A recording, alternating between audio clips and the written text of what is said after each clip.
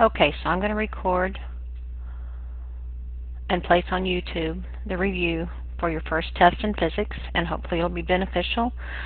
And if it goes well, let your teacher know, and we will continue to do this throughout the year.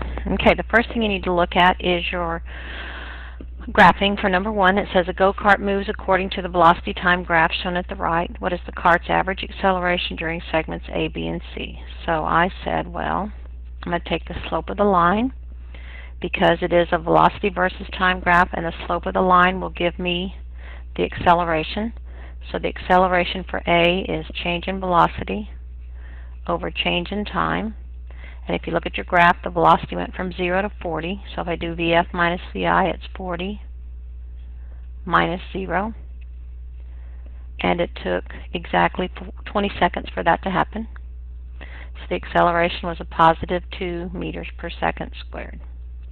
There is no acceleration for B because it maintains a constant velocity.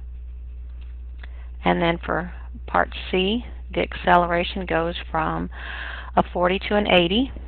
So VF is 80, VI is 40, and it takes 12 seconds for that to happen. So the acceleration there is 3.25 meters per second squared. And this was number one, it was a graph. Number two was a position versus time graph. So when you take the slope of a position versus time graph, or distance versus time, you're going to wind up getting the average speed. Because if you check your units, the rise is in meters, the run is in seconds, so it's meters per second. So I want to do the average velocity of the cab during A, B, and C. It'll be in kilometers per hour. So if I do the first one, the rise is, so the average velocity for segment A, it goes from 40 down to 10, so that's going to be a change in position of 10 kilometers minus 40 kilometers, because it's final minus initial. The final position is 10, the initial was 40, and it took 1.5 hours for that to occur. So the average velocity is going to be a negative 30 over 1.5, and when I did that, I got negative 20 kilometers per hour. And that I did the average speed for section B. And for section B, it went from 10 kilometers to 20 kilometers. So final is 20, initial is 10. And that went at 1.5 to 2.5 hours, or it took a total of 1 hour for that to happen. So that's going to be 10 kilometers per hour. And then for section C, the cab driver, because I think it was a cab driver, goes from 20 kilometers to 40 kilometers. So the average speed is 40 kilometers minus 20 kilometers. And it takes him a half an hour to do that, 0.5 hours. So 40 minus 20 is 20. 20 divided by a half is a positive 40 kilometers per hour. And if you look at all of that on the graph, you had a negative slope by looking at the graph for A, and both B and C were positive slopes, so they should have had a positive sign.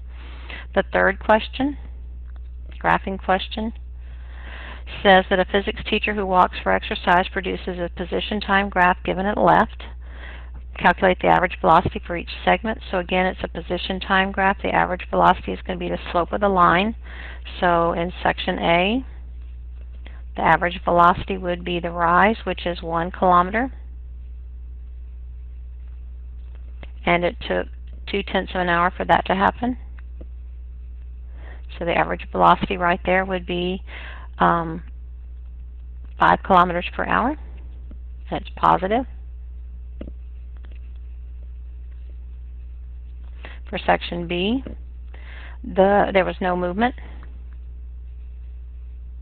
So since there was no movement, VAV was 0 kilometers per hour. For C, there was a decrease. It went from an initial position of 1 to a final position of 0.5, so 0.25, sorry. So VAV is going to be 0.25 kilometers minus 1 kilometer.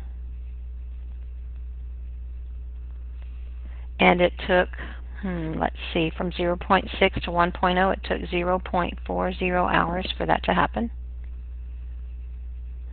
So when I did that math, I got a average velocity of negative 3.75 kilometers per hour. And then section D, the initial was 0.25 kilometers, the final was 1.25. So I'm going to say 1.25 kilometers minus 0.25 kilometers. And that took, it went from 0.6 hours to 1 hour, so that took 0.4 hours. And I think I need to go back up here and fix C, because this, I was looking at D when I answered C, so let me be careful. It went from 0.4 to 0.6, or 0.2 hours for that to happen. I think my math is still good. It's still a negative 3.75, but I had the wrong time in there. And so I fixed that one. D, I said that 1.25 minus 0.25 was 1, and 1 divided by 0.4 I got was the same as 2.5 kilometers per hour. So I'm going to save that, and then we'll come back and start on the word problems.